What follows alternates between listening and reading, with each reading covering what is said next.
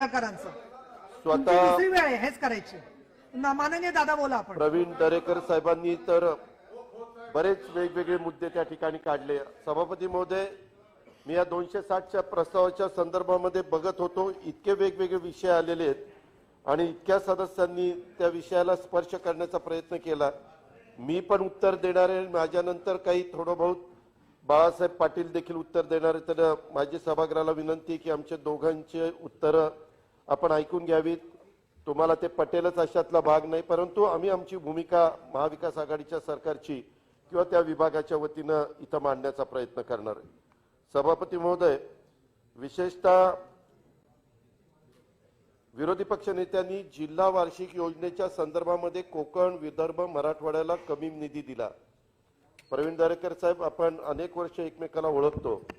मी सभागृहामध्ये असेल किंवा मंत्रालयामध्ये असेल, कुठेही असलो तर कुठल्या विभागाला कुठेतरी कमी निधी द्यायचा किंवा दुर्लक्षित करायचा अशा प्रकारची भूमिका माझी केव्हाही नव्हती आणि पुढेही नसणार आहे. यामध्ये आपण 30% निधी हा जिल्हा, त्या जिल्ह्याची सर्वसाधारण लोकसंख्या लक्षामध्ये घेतो. ग्रामीणची लोकसंख्येला 20% निधी धरतो. जिल्ह्याच्या क्षेत्रफळाला 30% आणि मानव विकास निर्देशांकाला 20%. अशा प्रकारची परंपरा वर्षानुवर्ष त्या ठिकाणी चालत आलेली आहे. परंतु पूर्वीचा काळ वेगळा होता, आताचा काळ वेगळा आहे. आता उदाहरण जर घ्यायचं म्हटलं तर तुम्ही ज्या मुंबई शहरामध्ये मागे प्रतिनिधित्व करत होता, त्या मुंबई शहराचं जर पॉप्युलेशन बघितलं आणि ठाणे वगैरे परिसराचं बघितलं तर संपूर्ण राज्याच्या लोकसंख्येच्या 25% लोकसंख्या ठाणे आणि मुंबईच्या परिसरामध्ये, मुंबई उपनगरामध्ये. आणि म्हणून सभापती महोदया, यावेळेस मुख्यमंत्र्यांनी आम्ही सगळ्यांनी अशी चर्चा केली की पूर्वीचं सूत्र आहे 30-20 30-20 50 100%. त्याच्यामध्ये शहरी भागाला अधिकचे 1000 कोटी रुपये तिथल्या लोकसंख्येचा विचार करून द्यावेत आणि त्याच्यामध्ये मुंबई शहराला पूर्वीच्या तुलनेमध्ये 250 कोटी जात होते, ते आता 315 कोटी रुपये जातात मुंबई शहरामध्ये. उपनगराला 650 कोटी जात होते, पण उपनगरामध्ये अनेक आमदार प्रतिनिधित्व करतात. आता नवीन धोरणाप्रमाणे तिथं 849 कोटी रुपये जातात. ठाण्यामध्ये 475 कोटी रुपये जायचे, आता ठाण्याला नवीन सूत्राप्रमाणे 618 कोटी रुपये जातात.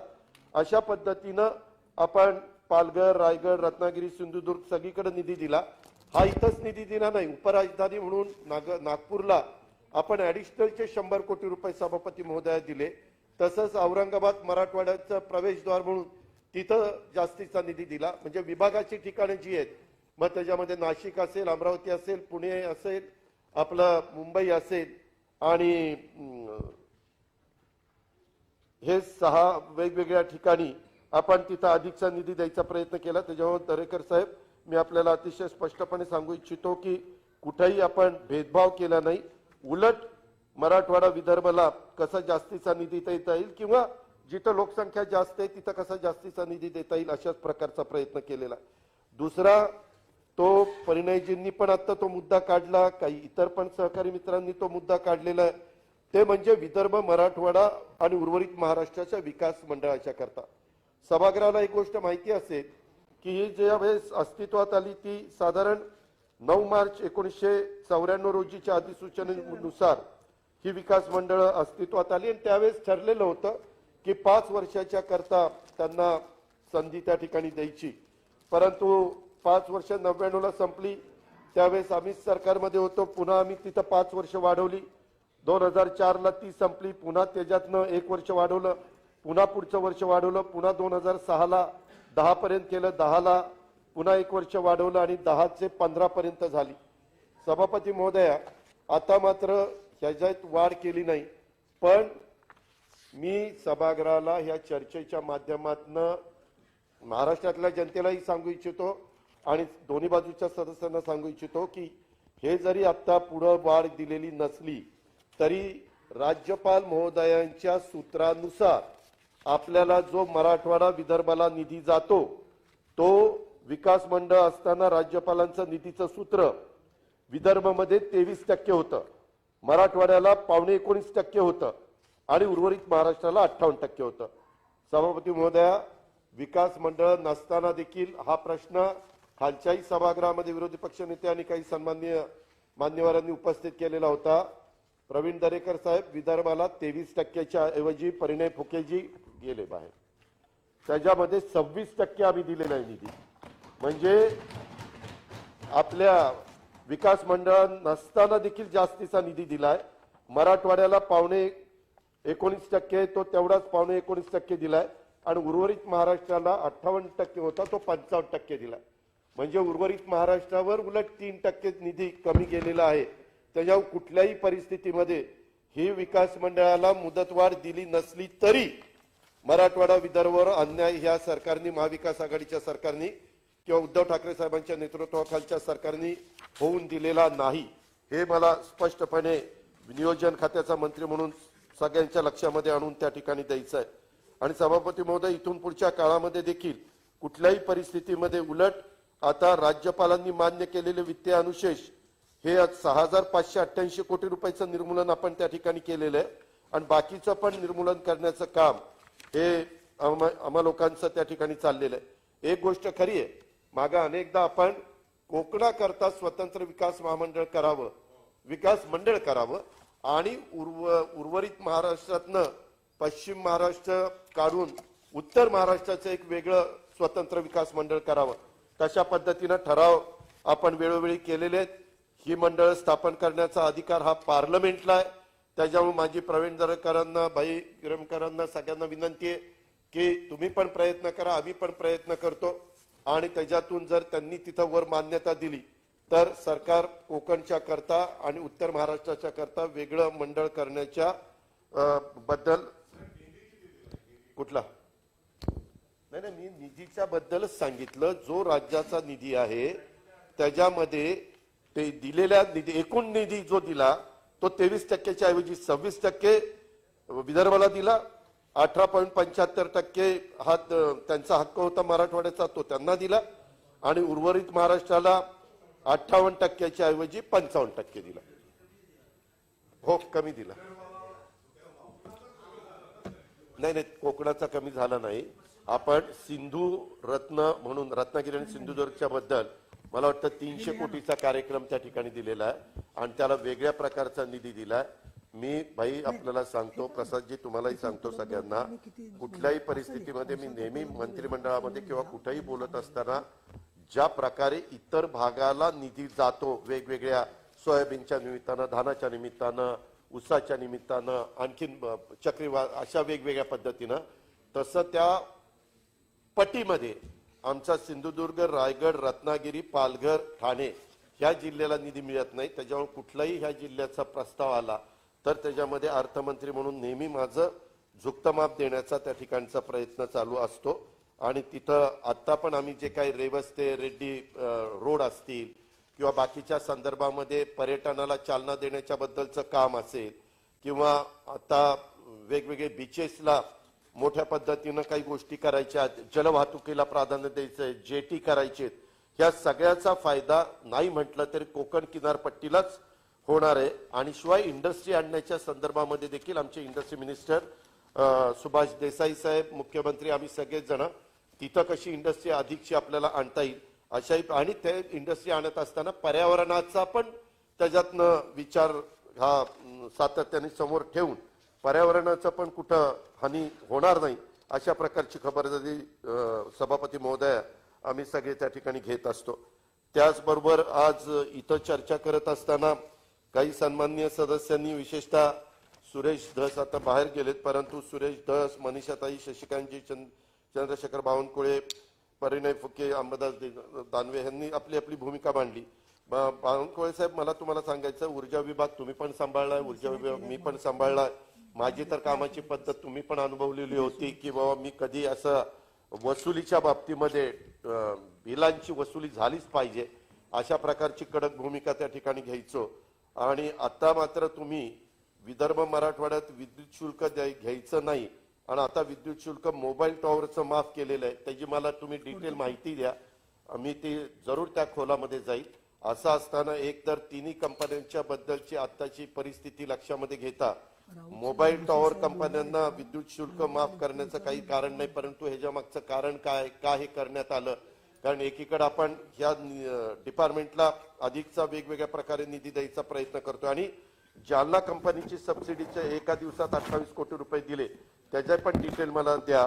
मी त्याच्या खोलामध्ये जाऊन डिपार्टमेंटलाही विचारेल की नक्की ह्या दोन्ही तिन्हीच्या बद्दलचे तुम्ही जे मुद्दे उपस्थित केले त्याच्याबद्दल काय वस्तुस्थिती आहे, दोन्ही बाजू लक्षामध्ये घेऊन त्याच्यात जर कुठली बाजू बरोबर होत नसेल तर ती दुरुस्त करण्याची निश्चितपणे राज्य सरकारची तयारी राहील. मी स्वतः अर्थमंत्री म्हणून त्याच्यामध्ये लक्ष देईल याबद्दलची खात्री मी आपल्याला देऊ इच्छितो. तशाच पद्धतीनं सभापती महोदय ह्याच्यामध्ये वेगवेगळ्या प्रकारे भूमिका मांडत असताना दरेकर साहेब तुम्ही इतके मुद्दे उपस्थित केलेले आहेत की कुठल्या कुठल्या मुद्द्याला एक दिवस उत्तर द्यायला लागेल. न्याय द्यायचा.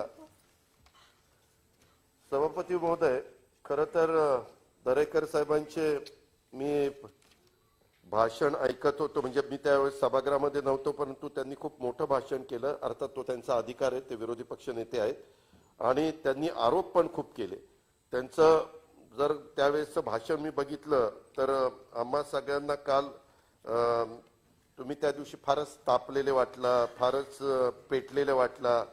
सभागृहामध्ये एवढं तापलेलं पेटलेलं मी दरेकर साहेबांना कधी बघितलेलं नव्हतं. मी या सभागृहामध्ये गडकरी साहेबांचंही कामकाज बघितलंय, विनोद तावडे साहेबांचं पण कामकाज त्या ठिकाणी बघितलेलं आहे, परंतु तुमचं ते सगळं एकंदरीत रागरंग बघून दरेकर साहब को गुस्सा क्यों आता है असं पद्धतीनं आम्हाला वाटायला लागलं. परंतु त्यालाही काही कारणं असू शकतात, ती तुम्हाला स्वतःला खास माहिती आहे. त्यामुळं मला एवढंच सांगायचं, दरेकर साहेब, आम्ही लोक सहकारातनं पुढे आलेला मी कार्यकर्ता. मी 1991 साली पुणे जिल्हा मध्यवर्ती सहकारी बँकेचा पहिल्यांदा चेअरमन झालो. नंतर मला त्या भागातल्या लोकांनी खासदार केलं आणि मग नंतर मी खासदारकीचा 6 महिन्यात राजीनामा देऊन राज्य मंत्रिमंडळामध्ये आलो. त्याच्यावर सहकार मी फार जवळनं बघितलेला. इथं आमचे सहकार मंत्री बाळासाहेब असतील किंवा अनेक जण सहकारातनं पुढे आलेले. आणि सहकारात स्वर्गीय यशवंतराव चव्हाण, वसंतराव नाईक या सगळ्यांनी आणि नंतरच्या काळामध्ये पवार साहेबांनी पण सहकाराला कशा पद्धतीनं नेहमी ताकद देण्याचं काम केलेलं आहे हे उभ्या महाराष्ट्राने पाहिलेलं आहे. आता त्याच्यातली त्या काळातली पिढी तसं बघितलं तर राहिली नाही. विशेषतः कोल्हे असतील, काळे असतील, विखे असतील, ही सगळी लोक आपल्याला सोडून गेलेली आहेत. मात्र त्यांची दुसरी पिढी, तिसरी पिढी, चौथी पिढी, काही ठिकाणी त्याच घरातली चौथी पिढी देखील तिथं काम करते. आता सभापती महोदय निलय नाईक आलेले आहेत, आज त्यांचा वाढदिवस. मी आपल्या सगळ्यांच्या वतीनं निलय नाईकांना वाढदिवसाच्या खूप खूप हार्दिक शुभेच्छा देतो. सभापती महोदय, ह्या सगळ्या संदर्भामध्ये मला एवढंच सांगायचंय की हे जे काही मधल्या काळामध्ये वातावरण केलं गेलं की जे काही साखर कारखाने विकले गेले, त्याच्यातनं खूप मोठा काहीतरी भ्रष्टाचार झालेला आहे, खूप मोठं दरोडे घातलेले आहेत, लुटालूट झालेली आहे. मी आपल्या ह्या चर्चेच्या उत्तराच्या वतीनं बोलत असताना एकच गोष्ट सांगू इच्छितो. सभापती महोदय, ज्या मुंबई जिल्हा मध्यवर्ती सहकारी बँकेचे चेअरमन प्रवीण दरेकर साहेब, आपण बरेच वर्ष होता, आता मला वाटतं सिद्धार्थ कांबळे तिथं चेअरमन आहेत, मागं पण अनेकांनी तिथं चेअरमन म्हणून काम केलं. तुम्हाला माहिती असेल की सुंदरबाग सोसायटीच्या काही ठेवी आपल्या मुंबई जिल्हा मध्यवर्ती सहकारी बँकेमध्ये ठेवल्या होत्या आणि सदरच्या ठेवी लीड बँक म्हणून महाराष्ट्र सहकारी बँकेमध्ये मुंबई जिल्हा बँकेने ठेवलेल्या होत्या. आणि महाराष्ट्र राज्य सहकारी बँकेने त्या काळामध्ये मोठ्या प्रमाणावर सहकारी साखर कारखान्यांना कर्ज वाटप केलं होतं. सभापती महोदया, त्यावेळेस मला आठवत आहे, साधारण राज्य सरकार मला वाटतं 12 कोटी द्यायचं भाग भांडवल, 4 कोटी ते शेतकरी गोळा करायचे, 12 आणि 4 16 आणि 24 कोटी आपण बँका द्यायचो. असं 40 कोटीचा त्या काळातले साखर कारखाने सभापती महोदय 2,500 मेट्रिक टनाचे उभे राहायचे. हा मी सुरुवातीचा काळ सांगतो. आणि त्याच्यामध्ये मोठ्या प्रमाणावर ह्यांनाही वाटायचं लोकप्रतिनिधींना की आपल्याला आपल्या भागामध्ये अस्तित्व टिकवायचं असेल तर एक साखर कारखाना काढला पाहिजे. साखर कारखाना काढल्यानंतर काही माणसं कामाला लावता येतात, एक मोठ्या प्रमाणावर तिथे आर्थिक सुबत्ता आणता येते आणि त्याच्यातून शिक्षण संस्था उभ्या करता येतात. बरंच काही करायचं म्हटलं चांगल्या पद्धतीनं तर करता येतं. त्याचा अनुभव गेले 60 वर्ष महाराष्ट्रात वेगवेगळ्या भागात चांगले चाललेले कारखाने, चांगलं चाललेलं नेतृत्व ते करतंय आणि तसं आपल्याही भागामध्ये व्हावं असं साहजिकच ज्या भागात कारखानदारी नाहीये पण ऊस आहे अशाही भागातल्या लोकांना वाटतं. हे सगळं ज्यावेळेस मोठ्या सहकारी साखर कारखान्याचं कर्ज वाटप राज्य सहकारी बँक करत होती त्यावेळेस ते वसूल करण्याकरता सुंदरबाग कोऑपरेटिव्ह सोसायटीनं उच्च न्यायालय येथे जनहित याचिका क्रमांक 67/2007 मध्ये दाखल केली सभापती महोदय. आणि त्या अनुषंगाने उच्च न्यायालयाने महाराष्ट्र राज्य सहकारी म्हणजे एमएससी बँकेनं जरंडेश्वर सहकारी साखर कारखान्याच्या लिलावात संदर्भात कारवाई करावी असे आदेश दिले. प्रवीण दरेकर साहेब, मी अतिशय जबाबदारीनं सांगतो की हे आदेश एमएससी बँकेने दिलेले नाही. ह्याच्यामध्ये ही सुंदरबाग सोसायटी गेलेली होती त्यावेळेस आपल्या मुंबई उच्च न्यायालयाने हे आदेश दिले की हे कारखान्यांना संधी द्या, हे पैसे देत नसतील तर हे सिक्युरिटायझेशन ऍक्ट खाली काढा. उच्च न्यायालयाच्या आदेशानुसार जरंडेश्वर सहकारी साखर कारखाना लिमिटेड यांनी उच्च न्यायालयाच्या नोटीस ऑफ मोशनला क्रमांक 181/2010 दाखल केलं. सदर नोटीस ऑफ मोशनच्या अनुषंगाने माननीय उच्च न्यायालयाने 15/4/2010 आणि 20/4/2010 अन्वये जरंडेश्वर सहकारी साखर कारखाना यांनी एमएससी बँकेकडे अर्ज करून त्यांनी अर्ज केला आणि 3 महिन्याच्या आत रक्कम अदा करण्याचे निर्देश दिले आणि कारखान्याने अशी रक्कम अदा न केल्यास बँकेकडून सदर कारखान्याचा ताबा घेण्याबाबत निर्देश दिल्यानुसार 30/4/2010 अन्वये बँकेने ताबा घेतला. 30/4/2010 ला. त्याच्या आधी प्रवीण दरेकर साहेब तो कारखाना त्यावेळेसची मॅनेजमेंट ही चालवत होती.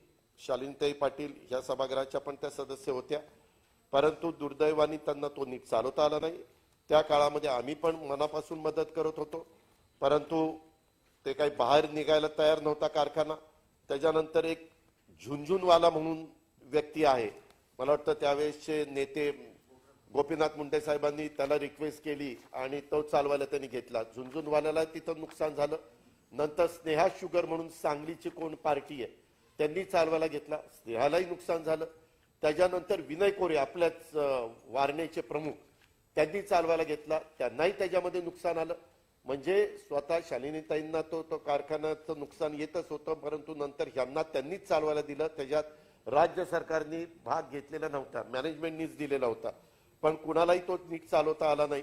आणि त्याच्यानंतरच्या काळामध्ये पुन्हा 30/4/2010 अन्वये बँकेने ताबा घेतल्यावर उच्च न्यायालयाच्या निर्देशानुसार कारखान्याला सदर रक्कम अदा करण्याबाबत संधी देण्यात आली. पुन्हा त्यानुसार कारखान्याने घेतलेल्या बैठकीत 18 कोटी रकमेचा प्रस्ताव बँकेसमोर ठेवला, परंतु बँकेने मात्र तो नाकारला. ते म्हणले 18 कोटी रुपयामध्ये आम्ही तुम्हाला कारखाना कसा द्यायचा.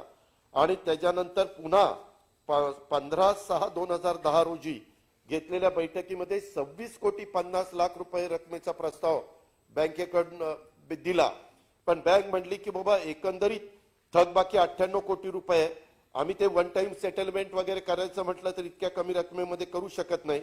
त्याच्यामुळे उच्च न्यायालयाच्या जनहित याचिकेच्या निर्णयानुसार सिक्युरिटायझेशन ऍक्ट कायदा 2002 नुसार कारखान्याचा ताबा घेऊन वसुली करण्याबाबत एमएससी बँकेकडनं निर्णय घेण्यात आला. सभापती महोदया, मला पूर्णपणे मी तुमचं भाषण ऐकायला दरेकर साहेब नव्हतो, परंतु तुम्ही बोलत असताना असं सांगितलं की हे मुद्दाम लुटालूट केली, मुद्दाम दरोडे त्या ठिकाणी टाकले. वास्तविक आम्ही लोक पण शेतकरी आहोत, त्याच्यावर शेतकऱ्यांच्या मुळावर कधीच उठणार नाही. ही कारखानदारी टिकावी, चांगली चालावी हीच आमच्या सगळ्यांची भावना आहे. जरंडेश्वर सहकारी साखर कारखान्याने एमएससी बँकेकडनं सिक्युरिटायझेशन कायदा 2002 अंतर्गत होणाऱ्या लिलावाच्या विरुद्ध रीट याचिका क्रमांक 9236/2009 अन्वये आव्हान देऊन लिलावाला स्थगिती देण्याबाबत विनंती केली. सदर याचिका उच्च न्यायालयाने निकाली काढली. नाही सांग, तुम्ही होता बोर्डात, पण तदनंतर बँकेच्या सिक्युरिटायझेशन कायदा 2002 नुसार होणारा लिलावाविरुद्ध कारखान्याने सर्वोच्च न्यायालयात दाखल केलेली SLP क्रमांक 15,310/2010 सर्वोच्च न्यायालयाने पण फेटाळली. म्हणजे फक्त हायकोर्टात झालं नाही, तिथं सुप्रीम कोर्टामध्ये देखील तिथं फेटाळली. आणि त्यानुसार एमएससी बँकेने लिलावाची कार्यपद्धती अंतिम केली. बँकेच्या संचालक मंडळाच्या 12/10/2010च्या बँकेमध्ये निविदा उघडण्यात आली आणि त्याच्यामध्ये ती गुरु कम्युनिटीज प्रायव्हेट लिमिटेड यांची निविदा सर्वात जास्त म्हणजे 65,75,00,000 रुपये मिळाली निघाली. दरेकर साहेब इथं स्वतः राजारामप्पू पाटील जे म्हणजे सहकारी साखर कारखान्याचे प्रमुख बसलेले आहेत, त्यांच्या नेतृत्वाखाली तिथं चालतं. त्यांनी टेंडर भरलं होतं, त्याच्यामध्ये दौंड शुगरनी टेंडर भरलेलं होतं, त्याच्यामध्ये विनय कोरेंनी टेंडर भरलेलं होतं. त्याच्यात इतक्या वेगवेगळ्या कारखान्यांनी, काहीतरी कर्नाटकच्या पण काही लोक पार्टीज आलेल्या होत्या, त्यांनी टेंडर भरलेलं होतं, बऱ्याच जणांनी टेंडर भरलेलं होतं. परंतु त्याच्यात हायएस्ट टेंडर हे 65 कोटी च आल्यामुळं यांना 65,75,00,000 ते टेंडर फायनल केलं गेलं. आणि ह्याच्यात नाही 65 कोटी नाही बघ ते ठीक आहे, जे काही असेल माझ्याकडे आता आकडा आहे तो 65 कोटी 75 लाखाचा आहे. पण तू त्यावेळेस बोर्डामध्ये स्वतः जयंत पाटील साहेब पण होते, त्याच्यामुळे सहसा आपण सभागृहामध्ये एखाद्या सन्माननीय सदस्यांनी माहिती दिली ऍडिशनलची ती ग्राह्य मानतो, तर ती तशी पण असू शकेल त्यांच्या सांगण्यावरून. अशा पद्धतीनं ते सगळं झालं आणि तो कारखाना त्या बाबतीमध्ये गुरु कम्युनिटीने चालवायला घेतला.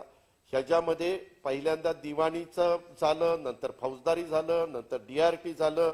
फौजदारीच्या संदर्भामध्ये देखील कोरेगाव इथे एक मॅटर होती, त्याच्यानंतर तिथं ती पुन्हा त्याच्यात तर JMFC कोर्टाने कलम 120(ब), 201, 409, 418, 420, 427, 465 आणि कलम 471 सह भारतीय दंड संविधानाच्या कलम 34 नुसार आदेश पारित केले.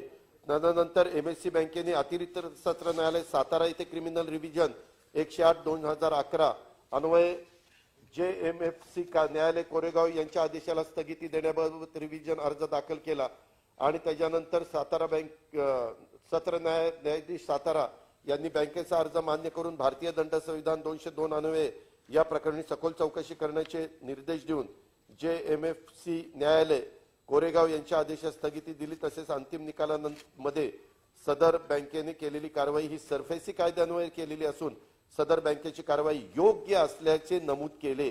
सत्र न्यायाधीश सातारा यांच्या उपरोक्त आदेशानुसार विरुद्ध जरंडेश्वर सहकारी साखर कारखाना यांनी उच्च न्यायालय मुंबई येथे क्रिमिनल रिट पिटिशन क्रमांक 3657/2012, 3563/2012 अन्वये दाखल केलेली याचिका उच्च न्यायालयाने 10/4/2013 रोजी फेटाळली. त्याच्यानंतर DRT मध्ये पण गेले.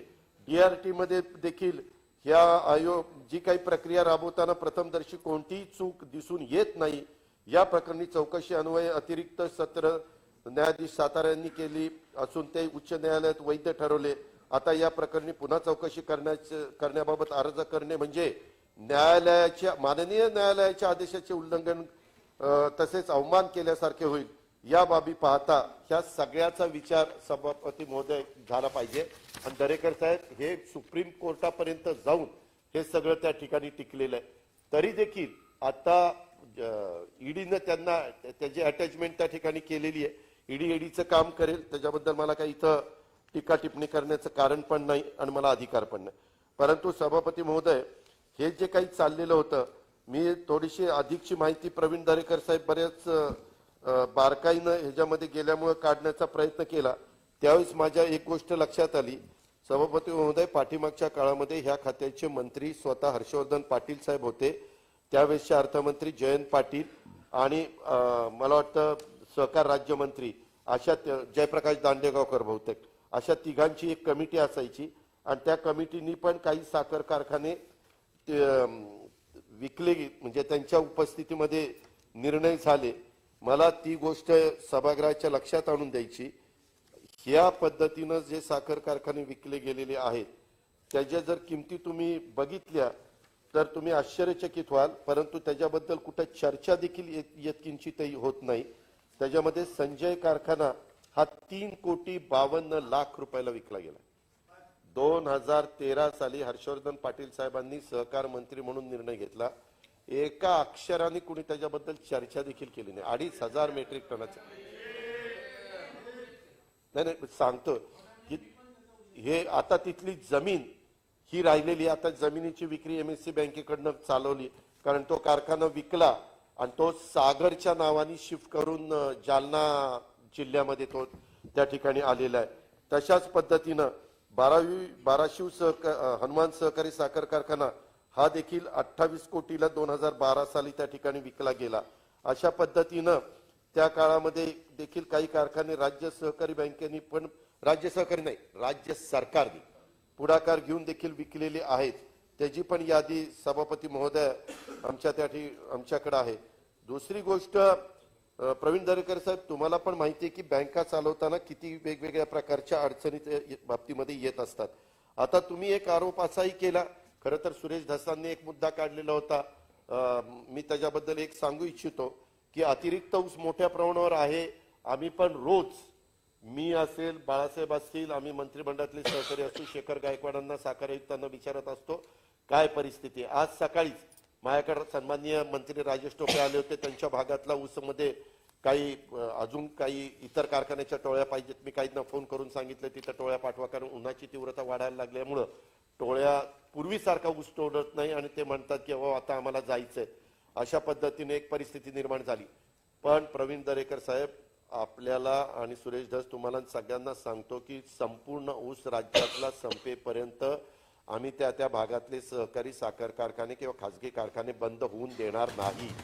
त्यामध्ये सगळ्याच्या सगळ्या, आता ज्या भागात फारच लांबनं ऊस आणावं लागेल, पण मी तर आता ठरवलेलं आहे त्या संदर्भात मी मंत्रिमंडळाला पण विश्वासात घेणार आहे, मुख्यमंत्र्यांची पण परवानगी घेणार आहे.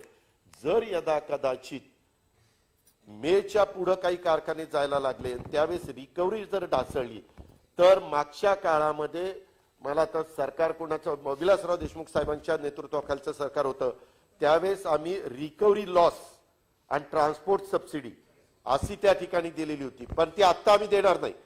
जे शेवटी म्हणजे तो विचार आम्ही करू, कारण ऊस शिल्लक राहिला तर हजारो कोटी रुपये शेतकऱ्यांना नुकसान भरपाई त्या ठिकाणी द्यावी लागेल. आणि यंदा आत्ताच्याच तारखेपर्यंत दरवर्षी क्रशिंग होतं, त्याच्यापेक्षा जास्तीचं क्रशिंग झालेलं आहे. आणि ह्याच्या पुढं अजून काही काही कारखाने एप्रिल पूर्ण चालणार आहे, मे पूर्ण चालणार आहे. ह्यांच्याच भागातले कारखाने मला वाटतं 15 मे पर्यंत चालतील. अशा प्रकारचे म्हणजे कृष्णा, सह्याद्री तिकडच्या भागातले सगळे कारखाने, इव्हन राजारामबापू कारखाना हा पण जास्त काळ चालेल. अशा प्रकारचा प्रयत्न सभापती महोदय आमचा त्या ठिकाणी चाललेला आहे. आणि हा प्रयत्न चालू असताना आम्ही मंत्रिमंडळातले पण अनेक जण सहकारी साखर कारखान्याशी संबंधित असल्यामुळं आम्हाला त्याच्यातली फार बारकाईनं त्या ठिकाणी माहिती आहे. त्याच्यामुळे कधी ऊस उत्पादक शेतकऱ्याचं नुकसान होणार नाही अशा प्रकारची खबरदारी आम्ही सगळेजण त्या ठिकाणी घेऊ. दुसरी गोष्ट सभापती महोदय, मला एक गोष्ट लक्षात आणून द्यायची की बाबा हे कारखाने काही जाणीवपूर्वक आपण विक्रीला काढले नाही. प्रवीण दरेकर साहेब इथं आता सदाभाऊ खोत नाहीयेत, माझी आपल्याला विनंती आहे, आज देखील भाडे तत्वावर देण्याच्या करता 11 कारखाने शिल्लक आहेत. ज्याला कुणाला पाहिजे, प्रसाद लाडजी, आपल्याला जर इंटरेस्ट असेल तर आपल्याला सांगा. जानकर साहेब, सध्या तुमच्याकडे दुर्लक्ष झालेले दुसरे मित्र जवळ आल्यामुळं त्याच्यामुळे तुम्हाला एखादा कारखाना चालवायला घ्यायचा असेल त्याच्यामध्ये तुम्ही त्या ठिकाणी घ्या, ह्याच्यातला गमतीचा भाग जाऊ द्या. परंतु आज खरोखरीच गंगापूर सहकारी साखर कारखाना गंगापूर, विनायक सहकारी साखर कारखाना वैजापूर, शिवाजीराव पाटील निलंगे सहकारी साखर कारखाना लातूर, गजानन सहकारी साखर कारखाना बीड, महेश कडा सहकारी साखर कारखाना कडा म्हणजे तो आपला हा आहे का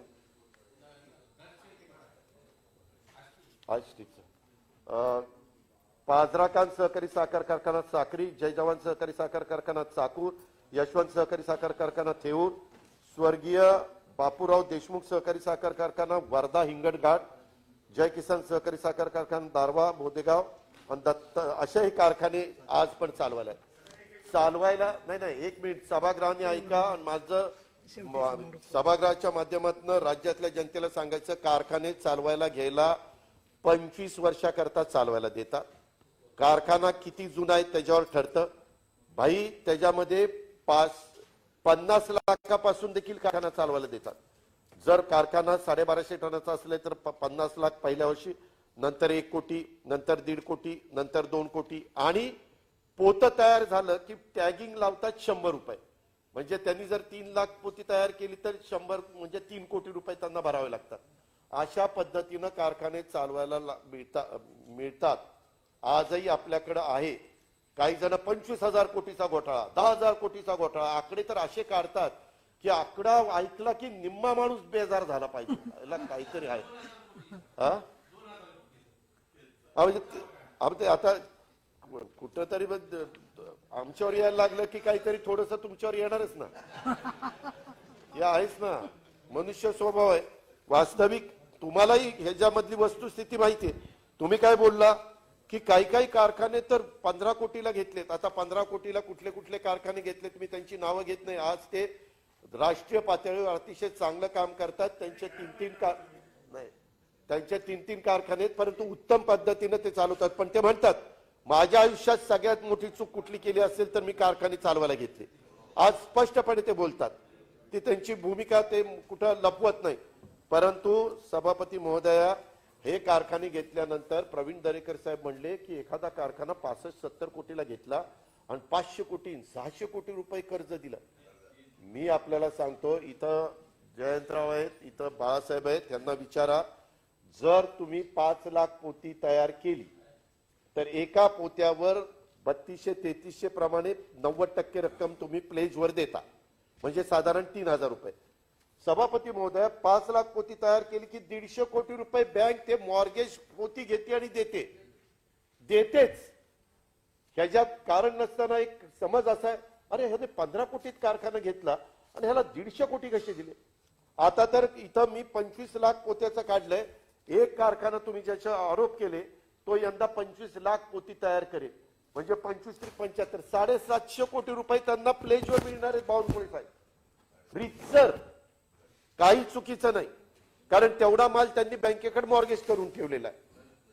पोतं विकलं की पहिले पैसे बँकेला जाणार आणि नंतर ते नाही. प्लेजवर देताना आपण कशाला देतो? शेतकऱ्याचे पैसे देण्याच्या करता प्लेजवर पैसे देतो. तोडणी वाहतूक, नंतर शेतकरी आणि साखर कारखानदारीमध्ये कामगार असतात त्यांच्याकरता, HNT करता, या करता सभापती महोदय आपण देतो. त्याच्यामध्ये चुकीचं काही नाही. परंतु आताच्या काळामध्ये जसं मी मगाशी सांगितलं की काही कारखाने राज्य सरकारने विकले, त्याच्याबद्दलची चर्चा नाही. त्याच्यामध्ये काही कारखाने विकत घेतले परंतु ते बंद आहेत. इथं सन्माननीय रणजितसिंह मोहिते पाटील बसलेले आहेत, त्यांना विचारा. रणजित, शंकर सहकारी साखर कारखान्याच्या बाबतीमध्ये आपण कितीदा प्रयत्न केला, मनापासून प्रयत्न केला. आम्ही ते करत असताना कधी दुजाभाव करत नाही. आता PDCC बँकेचं तुम्ही काढलं, आज राज्यामध्ये 2च बँका चांगल्या म्हणजे नावाजलेल्या बँका म्हणून ओळखल्या जातात. एक सातारा जिल्हा मध्यवर्ती सहकारी बँक आणि एक पुणे जिल्हा मध्यवर्ती सहकारी बँक. त्यांच्या ठेवी म्हणा, त्यांचे डिपॉझिट आणि त्यांचं एकंदरीत बाकीच्या सगळ्या गोष्टी त्या जर बघितल्या, तुम्ही ह्याचा मुद्दा काढलेला होता, त्याच्या संदर्भामध्ये एक गोष्ट सांगू इच्छितो की आज देखील राज्य सहकारी, मी मागाशी यादी सांगितली, त्याच्या व्यतिरिक्त परवा सहकार मंत्र्यांनी मीटिंग घेतली आणि किसनवीर सहकारी साखर कारखाना आज 52,000 सभासद अजूनही चालू नाही. खंडाळा चालू नाही, प्रतापगड चालू नाही. ते प्रयत्न करतायत. ते दिल्लीमध्ये देखील वरिष्ठांना भेटले आणि त्याच्यातनं कर्ज कसं मिळेल ते प्रयत्न करतायत. परंतु दुर्दैवाने हे सगळे कारखाने आज अडचणीत आलेले आहेत. आज हे नवीन काही कारखाने निघाले नसते तर अक्षरशः दयनीय अवस्था सुरेशदास झाली असती, तुम्हालाही मान्य करावं लागेल. आणि प्रवीण दरेकर साहेब, आपल्या आणि सभागृहाला सांगायचंय, ज्या वेळेस विलासराव देशमुख मुख्यमंत्री असताना पहिल्या टर्मलाच त्यांनी आम्हाला सगळ्यांना सांगितलं, अर्थमंत्री जयंत पाटील साहेब होते, की इथून पुढं आता भाग भांडवल देऊन आपण सहकारी साखर कारखाने द्यायचे नाही. ज्याला जेवढा काही महाराष्ट्राची रिक्वायरमेंट होती ती आता फुलफिल झाली. इथून पुढे कारखाने द्यायचे म्हटलं तर खासगी तत्वावर ज्यांना काढायचे असतील त्यांनी काढा. राज्य सरकार 1 रुपया देणार नाही. काही कारखान्याच्या बाबतीत तर हे सुरेश धस बसलेत ना समोर, ते जबाबदार आहेत कुणाकुणाला कारखाने द्यायला, आहे का नाही जबाबदार? ही वस्तुस्थिती आहे. त्यांनी मला एकदा कुठं तरी फोन केला आणि सांगितलं, दादा असं असं आहे. म्हणजे कुठेही पारदर्शकता नाही, असं झालेलंच नाही. ह्या सगळे कारखाने देत असताना आता इथून पुढे कारखाने देणार नाही, जसं विलासराव देशमुख साहेबांनी ठरवलं तसं प्रवीण दरेकर साहेब, आता मुख्यमंत्र्यांनी आत्ताच्या ठरवले की इथून पुढे कुठल्याही सहकारी साखर कारखान्याला हमी द्यायची नाही. त्यांनी स्पष्ट सांगितलंय तुम्हाला आता तुमच्या ताकदीवर कारखाने चालवावे लागतील. पहिल्यांदा काहीतरी 5 कारखान्याला दिली का आपण, 5 कारखान्याला. त्याच्यामध्ये राजगड सहकारी, भारत बालकेंचा एक कारखाना होता, धनंजय महाडकांचा एक कारखाना होता, कल्याण काळेंचा एक कारखाना होता आणि एक कारखाना आता लक्षात नाही, पण 5-6 कारखान्यांना आपण दिलं. कुठंही काही म्हणजे भेदभाव न करता.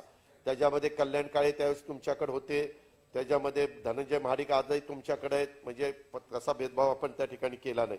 अशा पद्धतीनं सभापती महोदय आपण तिथं काम करतोय आणि राज्य सरकार पण ही कारखानदारी पण चालावी, परंतु ते प्रत्येक बाबतीमध्ये राज्य सरकारवरच अवलंबून राहू नये अशा प्रकारची भूमिका ही मुख्यमंत्र्यांनी घेतलेली आहे. आम्हाला थोडी ती पचवायला थोडं जर गेलं, परंतु आम्ही पण मग शेवटी सगळ्यांना सांगितलं की बाबा आता तुम्हाला तुमच्या स्वतःच्या ताकदीवरच इथून पुढच्या काळामध्ये पुढे जावं लागेल. आता त्या ठिकाणी तुम्ही आमच्यावर अवलंबून त्या ठिकाणी राहू नका अशा प्रकारची भूमिका सभापती महोदय आम्ही त्या ठिकाणी स्वीकारलेली आहे. दुसरी गोष्ट, जसं मी मगाशी तुम्हाला काही कारखाने वाचून दाखवले तशाच पद्धतीनं काही कारखान्यांच्या किमती म्हणजे व्हॅल्युएशन तुम्ही जरंडेश्वरचं सांगत होता फार, त्याच्यावर जरंडेश्वरचं व्हॅल्युएशन जरंडेश्वर 39,77,00,000 रुपये झालेलं होतं. कारखाना गेला 65,75,00,000 रुपयाला.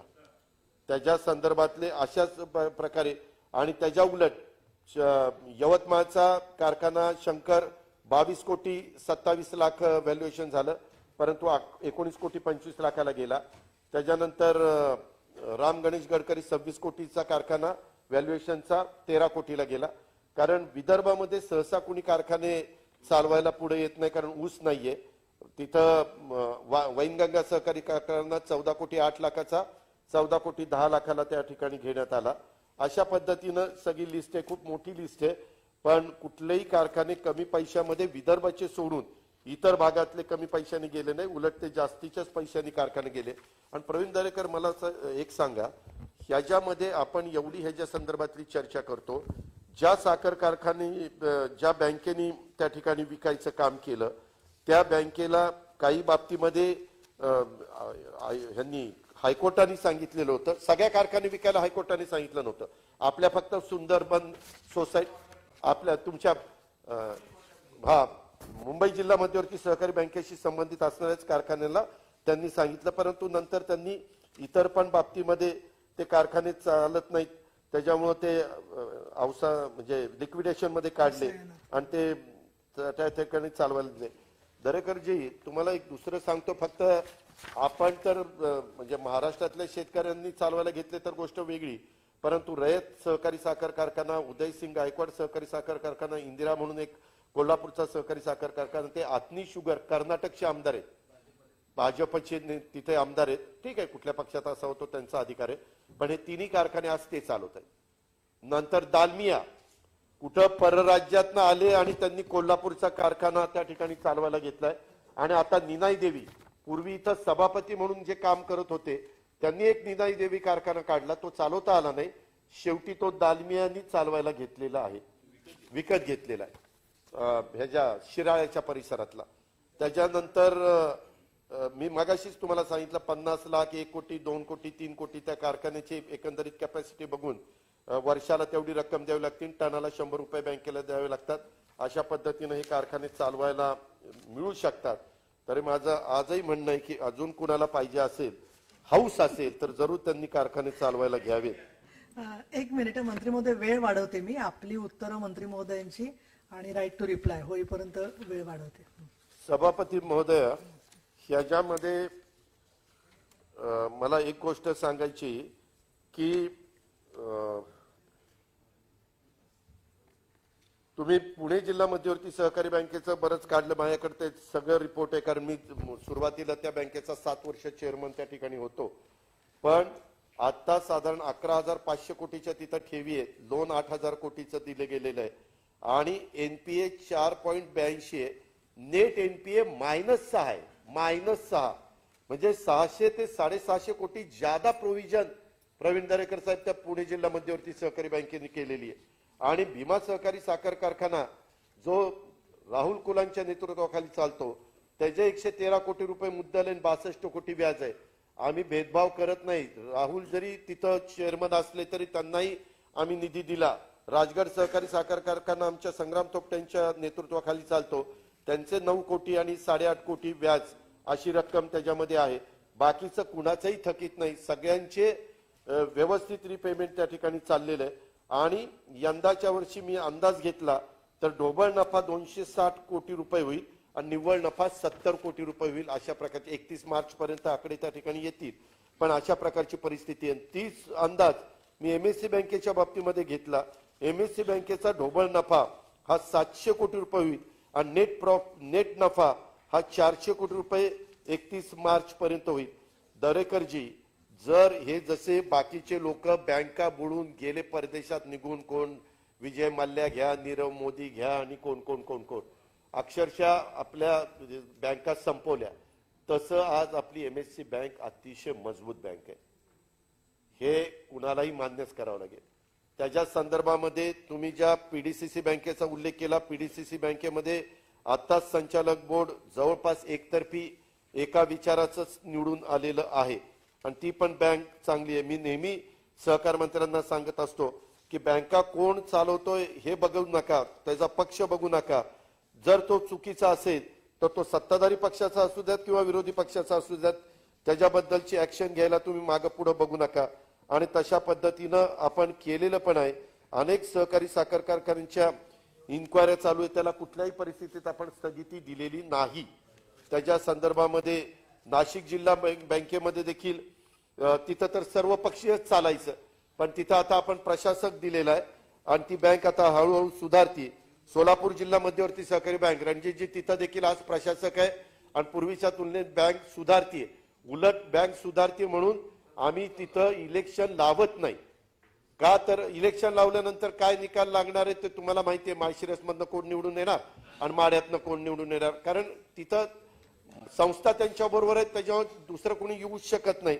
पण जोपर्यंत पूर्णपणे ती आजारातनं बाहेर पडत नाही तोपर्यंत तिथं काही होऊन द्यायचं नाही, अशा प्रकारची भूमिका सभापती महोदय आम्ही सरकार म्हणून त्या ठिकाणी स्वीकारलेली आहे. आणि तुम्हाला सगळ्यांना सहकार मंत्री म्हणून बाळासाहेबांचाही स्वभाव माहिती आहे की ते एकाला एक न्याय दुसऱ्याला दुसरा न्याय अशा पद्धतीनं ते करूच शकत नाही. आणि दुसरी एक गोष्ट मला प्रवीण दरेकरजी आपल्या लक्षात आणून द्यायची, काही काही कारखाने काहींनी घेतलेत परंतु त्यांना तिथं चालवताही आले नाही, कारण तिथं ऊस नाही. काही कारखाने ठराविक लोकांनी घेतलेत परंतु चालवायला दुसऱ्याला दिले. जसं तुम्ही काय तर जरंडेश्वरच्या बाबतीमध्ये म्हणाला, तो पहिल्यांदा बीव्हीजीने त्याची कंपनी काढली होती. बीव्हीजीला खासगीत विचारा, तो म्हणेल की मी माझी कंपनी, त्याची पत्नी, त्याचे पार्टनर, त्याची पत्नी असे ते सगळ्यांनी मिळून काढली होती. त्यांनाही चालवायला घेतल्यानंतर तोटा आला आणि आताच्या मॅनेजमेंटनी 2,500 टनाचा कारखाना 12,500 टनाचा केला. तेव्हा कुठं आता तिथं परिस्थिती जरा बदलतीये. अजून कर्ज आहे, फक्त त्याचं रिपेमेंट मात्र व्यवस्थितपणे त्या ठिकाणी चाललेलं आहे. अशा प्रकारे सभापती महोदय ह्या सगळ्या गोष्टी चालू आहेत. उलट राज्यातले इतर पण सहकारी साखर कारखाने किंवा खासगी कारखाने व्यवस्थितपणे कसे चालतील याबद्दलचा प्रयत्न सभापती महोदय आम्ही त्या ठिकाणी करतो. आणि त्याच्यात मी आज ह्या चर्चेला उत्तर देत असताना सभागृहाच्या एक गोष्ट लक्षात आणून देऊ इच्छितो की ह्याच्यात आम्ही कुठल्याही परिस्थितीत भेदभाव करणार नाही. कुणीही आम्हाला सांगावं की बाबा ही परिस्थिती आहे आणि ह्याच्यामध्ये ह्या कारखान्याला मदत झाली पाहिजे. नियमाच्या चौकटीमध्ये राहून सगळ्या कागदपत्राची पूर्तता असेल तर निश्चितपणे महाविकास आघाडीचं सरकार किंवा आमचा सहकार विभाग त्या सहकारी संस्थेला, मग तो साखर कारखाना असेल, ती सूतगिरणी असेल, ते अजून दुसरी कुठली दूध संघ असेल, कुठली संस्था असेल, त्या संस्थेला मदत करण्याची मानसिकता ही राज्य सरकारची निश्चितपणे आहे. सभापती महोदया, राज्यात सध्या नागपूर जिल्हा बँक, नागपूर, वर्धा, बुलढाणा, सोलापूर, बीड आणि नाशिक या 6 जिल्हा मध्यवर्ती सहकारी बँकेमध्ये प्रशासक मंडळ नियुक्त करण्यात आलेले आहे. प्रशासक मंडळ नाही, फक्त एकटा प्रशासकच आपण त्या ठिकाणी दिलेला आहे. आणि सद्यस्थितीत कलम 83 नुसार मुंबई, परभणी, अमरावती, यवतमाळ या 4 बँकांची चौकशी चालू आहे. त्याच्यातली मुंबई बँकमध्ये तुम्हाला माहिती आहे कोण मॅनेजमेंट आहे. परभणी बँकेमध्ये आमचेच सुरेश वरपुडकर सिटिंग आमदार ते तिथं चेअरमन आहेत. अमरावती बँक देखील तसं बघितलं तर काँग्रेसच्याच ताब्यामध्ये आहे. यवतमाळ जिल्हा बँक कुणाच्या ताब्यात आहे? काँग्रेसच्याच ताब्यात आहे. त्याच्यामुळे इथं भेदभाव असा केला जात नाही. आणि 88 प्रमाणे राज्यात नाशिक जिल्हा बँक, सोलापूर जिल्हा बँक, रत्नागिरी जिल्हा बँक, अमरावती जिल्हा बँक, बीड जिल्हा बँक, सांगली जिल्हा बँक, नागपूर जिल्हा बँक, धुळे, नंदुरबार ह्या 8 जिल्हा बँकांची चौकशी त्या ठिकाणी चाललेली आहे. कारण आम्हालाही कळतंय की शेवटी तुम्ही आम्ही आज असू उद्या नसू, परंतु सहकारी संस्था आणि बँका ह्या कायमच्या राहणार आहेत. त्याच्यामुळे त्या मजबूतच राहिल्या पाहिजेत. त्या अतिशय पारदर्शकच तिथं कारभार त्या ठिकाणी चालला पाहिजे. ह्याबद्दल पण सभापती महोदय आमचं कुणाचं दुमत नाहीये. म्हणून ती पण गोष्ट मी सभागृहाच्या लक्षामध्ये त्या ठिकाणी आणून देऊ इच्छितो. इतर बाबतीमध्ये देखील माझ्याकडे बरीच माहिती आहे, परंतु आता सगळ्याच बाबतीमध्ये मी सभागृहाचा वेळ घेऊ इच्छित नाही. इतर पण काही काही मुद्दे दरेकर साहेब तुम्ही त्या ठिकाणी मांडलेले आहेत. त्या मुद्द्याच्या संदर्भात उदाहरणार्थ मला वाटतं जसं तुम्हाला आम्ही हमी दिलेली होती मुंबई जिल्हा बँकेला, तसं मुंबई बँक, नांदेड बँक आणि मला वाटतं उस्माना बँक या 3 बँकांच्या बद्दलचे हमीचे पैसे मिळावेत अशा प्रकारची तुमची मागणी आहे. आणि साखर कारखान्याकडील थकीत कर्जासंबंधित शासकीय थक हमीपोटी बँकेस देय रकमेच्या बद्दल मी आमचे प्रधान सचिव देवरांच्या अध्यक्षतेखाली एक समिती केलेली आहे आणि देवरांना सांगितलेलं या 3 बँकांचा तुम्ही सगळं तपास म्हणजे त्याची पाहणी चौकशी करा आणि त्याच्यातून किती पैसे आपण त्या ठिकाणी दिले गेले पाहिजे. मला खरं तर ते 31 मार्च आज संपवायचं होतं, परंतु मी आजच त्याच्याबद्दलची माहिती घेतली. पण देवरा म्हणले की मला अजून काही काळ त्याच्याकरता लागेल, मला काही 31 मार्चच्या आतमध्ये ते संपवता येणार नाही. त्यामुळे थोडासा उशीर होईल, परंतु त्या संदर्भामध्ये देखील थोडंसं टप्प्याटप्प्याने तिथली पण रक्कम देण्याच्या करता आम्ही सर्वतोपरी सहकार्य करू. माझी एवढंच आपल्याला सगळ्यांना सांगणं आहे की मधल्या काळामध्ये ह्या सहकारी साखर कारखान्यामध्ये प्रचंड भ्रष्टाचार झालाय, काहीतरी चुकीचं झालंय वगैरे वगैरे जे काही आरोप केले जात आहेत. आज देखील साखर कारखाना म्हणजे स्टीलचा भाव तर 90,000 झालेला आहे टनाला, तरी देखील अजूनही काही कारखाने चालवण्याच्या करता कुणी पुढे येत नाही. कारण कारखाना चालवायचं म्हटलं तरी इतकं म्हणजे अडचणी असतात आणि त्याला सगळ्याला तोंड देणं आणि त्याच्यात FRP तर इतकी मिळालीच पाहिजे, ते पैसे द्यावेच लागतात, त्याच्यामध्ये टाळाटाळ करून चालत नाही. आता FRPच्या बद्दल थोडासा एक वेगळा निर्णय घेतला, त्याच्यामध्ये काही लोकांचा विरोध आहे. परंतु गेल्या वर्षीची रिकव्हरी जर एखाद्या कारखान्यांची 11% असेल तर यंदाचा भाव 11%नी FRP द्यायचं हे जरा चुकीचं धोरण आहे. जर त्यांचं यंदा 12% तिथे रिकव्हरी निघाली तर 11%चे पैसे 12% वाल्यांना काय द्यायचे, हा भेदभाव आहे. तर म्हणून त्यांनी एक सूत्र ठरवलेलं आहे, त्याच्यात लगेच रक्कम जात नाही, पण पहिल्यांदा मला वाटतं 10% विचार करून आपण पैसे देतो आणि त्याच्यानंतर कारखाना बंद होत असताना साधारण अंदाज घेतो बाकीचे पैसे देतो. परंतु ते शेतकऱ्याच्या फायद्याचं आहे, कारण कधी कधी सीझन जर लांबला तर रिकव्हरीवर कमी अधिक प्रमाणात परिणाम होतो. तसंच आम्ही इथेनॉलला मोठ्या प्रमाणावर प्रोत्साहन देतोय. स्वतः गडकरी साहेब त्याच्यामध्ये आम्हाला अतिशय मनापासून मदत करतायत. केंद्र सरकार देखील त्याच्यामध्ये मदत करते. केंद्र सरकारने पण 6% व्याजाने मोठ्या प्रमाणावर निधी इथेनॉल प्लांट उभे करण्याच्या करता त्या ठिकाणी दिलेले आहेत. त्याच्यामुळे त्याचाही फायदा आपण महाराष्ट्रातल्या शेतकऱ्याला कशा पद्धतीने होईल याबद्दलचा प्रयत्न चालू आहे. मला सभागृहाच्या एक गोष्ट लक्षात आणून द्यायची की यंदाच्या वर्षी आपण एवढी मोठ्या प्रमाणावर साखर एक्सपोर्ट केलेली आहे की देशाच्या इतिहासामध्ये एवढी साखर आतापर्यंत एक्सपोर्ट झालेली नव्हती. उलट अजून देखील साखर एक्सपोर्ट करण्याच्या करता आपला प्रयत्न आहे आणि त्याच्यात केंद्राचं सर्वतोपरी सहकार्य आहे. मधल्या काळामध्ये देखील केंद्राने एक चांगला निर्णय घेतला. बरेच वर्ष तो निर्णय डॉक्टर मनमोहन सिंगजी असताना असेल, प्रणव मुखर्जी साहेब असताना असेल, पी चिदंबरम साहेब असताना असेल, असे अनेक सन्माननीय अर्थमंत्री होते. मी जयंतराव इतक्यादा पवार साहेबांच्या बरोबर डेलिगेशन मध्ये आम्ही अर्थमंत्र्यांना भेटायचो.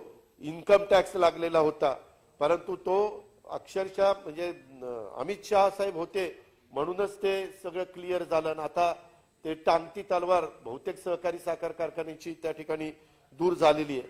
त्याच्यामुळे प्रवीणजी जे चांगलं झालेलं आहे त्याला आम्ही चांगलंच म्हणणार, त्याच्यामध्ये टीका टिप्पणी करण्याचं काहीच कारण नाही. पण एकंदरीत इथून पुढच्या काळामध्ये देखील वाटचाल करत असताना तुम्हाला विरोधी पक्षनेता म्हणून तुम्ही असाल किंवा कुणी देवेंद्र फडणवीस असतील किंवा कुणी दोन्ही बाजूचे सत्ताधारी पक्षाचे किंवा विरोधी पक्षाचे कुठलेही सदस्य असतील त्यांनी केव्हाही आम्हाला हक्कानी सांगावं किंवा इथं असं तुम्ही एक सभागृहात बोलता एक बोलता पण इथं मात्र सहकारामध्ये राजकारण आणतात तशा पद्धतीनं आमच्याकडनं राजकारण आणलं जाणार नाही त्याच्यात चांगल्याला चांगलंच म्हटलं जाईल आणि त्याला मदतच त्या ठिकाणी केली जाईल अशा बद्दलची पण ग्वाही मी आपल्याला देतो मगाशी बावनकुळे साहेब आपण जे काही ह्याचं काढलेलं होतं थकबाकीचं त्याच्याबद्दल मी जरा माहिती घेतली जळगाव अहमदनगर पुणे सोलापूर औरंगाबाद या 4-5 जिल्ह्यात 5-6 जिल्ह्यातच थकबाकी एकंदरीत शेतकऱ्याच्या थकबाकीच्या निम्मी थकबाकी इथंच आहे त्या आमच्या 5-6 जिल्ह्यांच्या मध्ये आणि बाकीच्या कोकणात तर काही थकबाकी नाही कुठं 8 कोटी 7 कोटी 12 कोटी अशी आहे त्याच्या कोकणाच्या मध्ये काही नाही इव्हन आमचं कोल्हापूरला पण त्या मानाने थकबाकी तशी कमी आहे म्हणजे तिथंही वसुलीचं प्रमाण जास्त आहे पण मराठवाड्यामध्ये आणि पश्चिम महाराष्ट्रातल्या ह्या काही जिल्ह्यांच्या मध्ये आणि उत्तर महाराष्ट्रामध्ये जळगाव आणि नगर ह्या दोघांकडेच 10,000 कोटीची थकबाकी आहे सोलापूरला पण 5,000 आहे म्हणजे 15,000 कोटीची अशी थकबाकी आहे आणि त्याच्याकरता आता तर आमचे ऊर्जा मंत्री नितीन राऊत साहेबांनी 3-4 महिन्यापर्यंत परवानगी दिलेली आहे मी सभागृहाच्या लक्षात आणून देऊ इच्छितो ही परवानगी आत्ताचं रब्बीचं पीक पदरामध्ये पडण्याच्या करता आहे कारण पीक जळायला लागले आणि लाईट बंद म्हणून ती सवलत महाविकास आघाडीच्या सरकारने दिलेली आहे पण एकदा वसुली पीक निघाल्यानंतर मात्र त्यांना चालू बाकी ही द्यावी लागेल त्यांनी व्याज माफ केलेलं आहे दंडव्याज माफ केलेलं आहे आता कुठल्याही प्रकारची त्याच्यामध्ये हे राहिलेली नाहीये बाकीची सवलत राहिली नाही हे काय मी आत्ताच सांगितलं अहमदनगर 5,036 कोटी त्याच्यानंतर बीडला पण सुरेश दास आपला पण नंबर चांगला आहे 2,230 कोटी औरंगाबादला 2,664 कोटी जळगावला पण 3,346 कोटी नाशिक 3,000 कोटी पुणे 3,3100 कोटी अशा सोलापूर 5,000 रणजित आपलं तर काय 5,000 हायगेच नाही